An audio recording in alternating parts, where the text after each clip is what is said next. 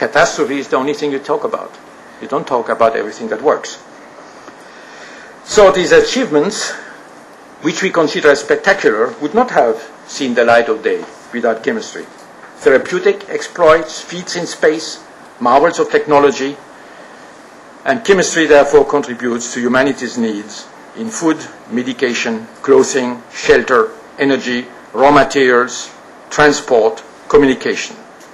It supplies materials to physics and industry, models and substrates for biology and pharmacology, and of course also properties and processes for science and technology. Chemistry is a science which deals with matter and its transformation. So the idea is how is matter built? What is the structure?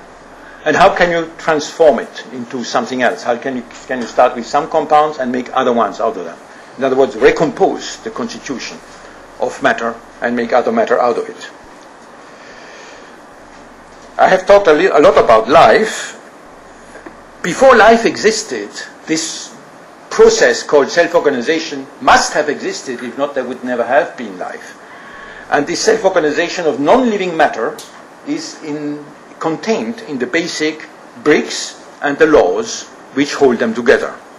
In other words, we can say that before Darwin's evolution, Darwinistic evolution only exists for living objects, living entities. Before that, there was an evolution which is a purely non-living evolution, but it must have been there.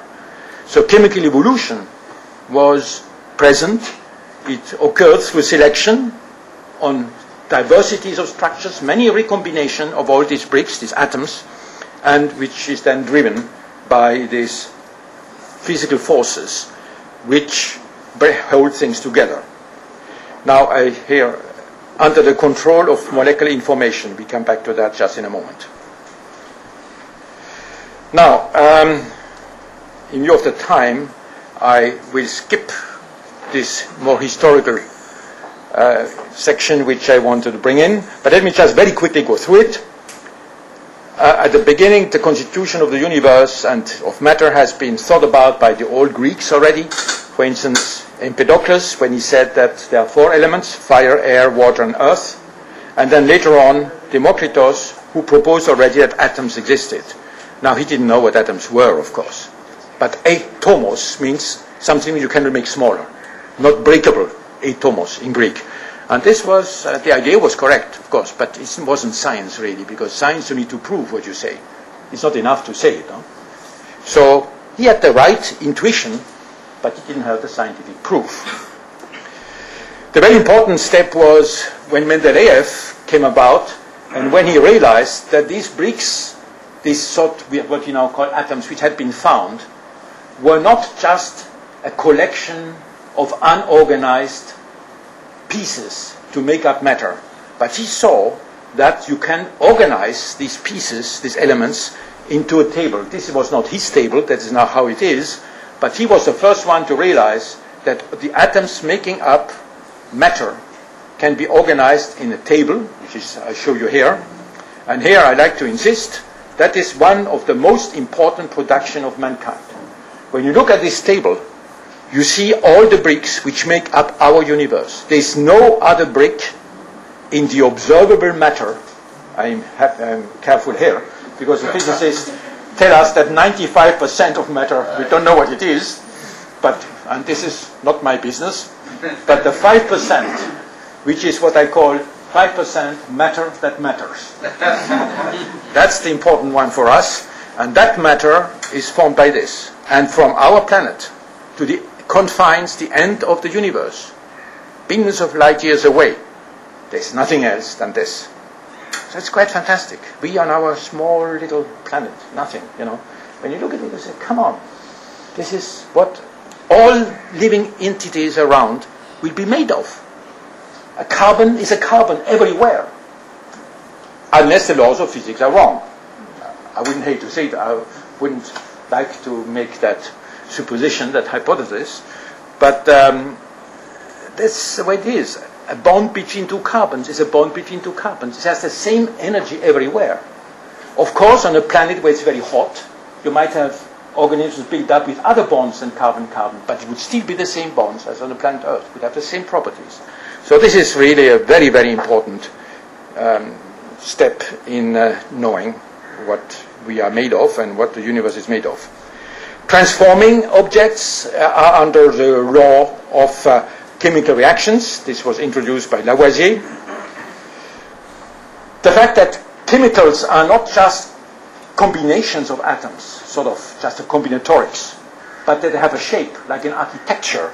This was first proposed by Van 't Hoff in Holland and Lebel in France, saying that chemistry is in space, stereochemistry. Molecules have a shape, like a building. And this was a very important step also. And of course, we should not forget Pasteur, who was the first to understand one of the very important properties of biomolecules, the fact that they can be like a left hand or like a right hand. And when they are left-handed, usually the biological system is using the left-handed one or the right-handed, but not both at the same time. And this was, of course, among many other things Pasteur has done, that was a very important step at that stage. So we have progressively come from the atom to the molecule by taking the bricks, which you saw in that table, putting them together and learning what are the combinatorics, what are the laws which make it possible. And that's what chemists do in their lab. And just two milestones. In 1828, this German chemist, Wöhler, was able to produce this object called urea, that is in our urine, that's a degradation product. What was important are two things at that time. First, he could make it, which was a way to make the molecule from the pieces, nitrogen, N, hydrogen, H, and oxygen, and one carbon, which is not shown here, it's here, a carbon. So this was very, very important to make it. There was another thing where this was also one of those examples where a step in science changes the way you look at the world. At that time, people were thinking that in order to produce any molecule present in an organism, you need an organism. In other words, you need what was called the vital force. You need some magic kind of force to allow you to make something which is contained in a living organism. Wöhler was able to synthesize urea from something we call a mineral, ammonium cyanate, for those who are chemists here. And from ammonium cyanate, which is a non-living, doesn't come from an organism, you can make urea. So there is no intrinsic difference between molecules in non-living world and molecules in the living world. The complexity is very different, but not the nature of what it is. 150 years later, this unit, vitamin B12, was synthesized by two groups. The one directed by Robert Woodward at Harvard and Albert Deschamaux at Zurich. I was working at that time with Bob Woodward, and I made this. That's my contribution there. It's a very big thing. This took about 120 men and women years to make the thing. Nowadays, of course, we do it much more quickly. This was in 1970s. I was with Woodward in 63. And so this was one big achievement. It just shows that this molecule is, of course, much, much more complicated than urea. And so it showed how one has learned the way how one has understood how things get together, how molecules are built, and how one can, by very complex but controllable chemical reactions. I had a vitamin B12 today morning and I came. Sorry? I had a vitamin B12 in the morning and I came here. Good. Good for you. But that is not synthetic. That is made by organisms. That is done by biotechnology. Because it would be much too expensive this way. This took 120 years for making 5 milligrams. It was very expensive stuff to make, but now they make it by genetic engineering. That's another thing. Genetic engineering is able now to produce vitamin B12. You make organisms express it, and you have grams and grams and grams of it. Otherwise, you would never have that in the morning. Now, this was molecular chemistry. And let me just now make a small step to our own chemistry. If you are not in a hurry, I'm not too much in a hurry either. No, we are fine.